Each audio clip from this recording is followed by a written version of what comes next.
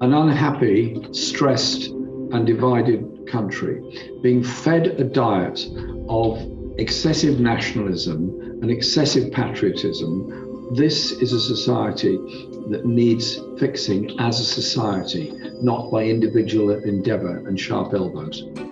We have a government with very authoritarian tendencies, which are very damaging to our democracy. There are reasons why there are 500,000 people on strike in Britain. The reasons are low wages, poor working conditions, poverty and stress.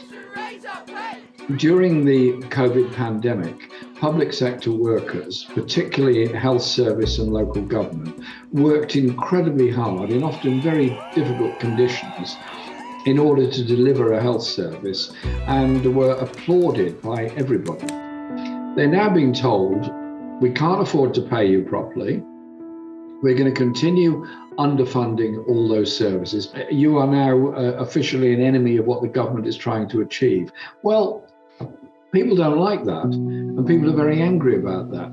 It's an unhappy, unsettled, divided country. You go to people's homes, hardly any food in the house. They can't afford to keep the lights on, can't afford to heat the house, and the children go to school hungry. There is a real issue of injustice and inequality. There is no shortage of food in the country.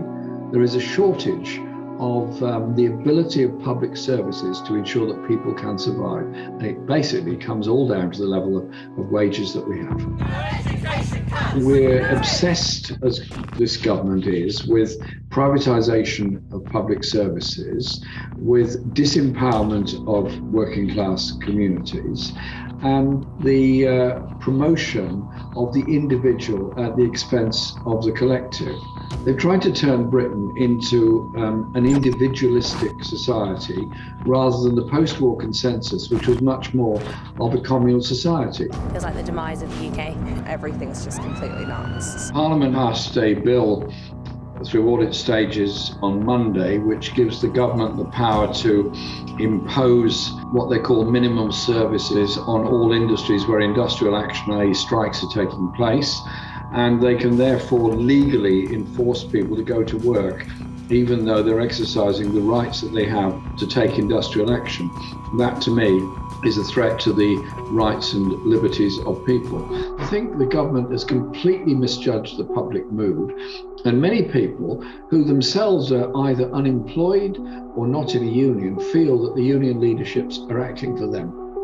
And so I think there's a very different mood, and the government's retreat into authoritarian legislation rather than negotiation is one of the big problems.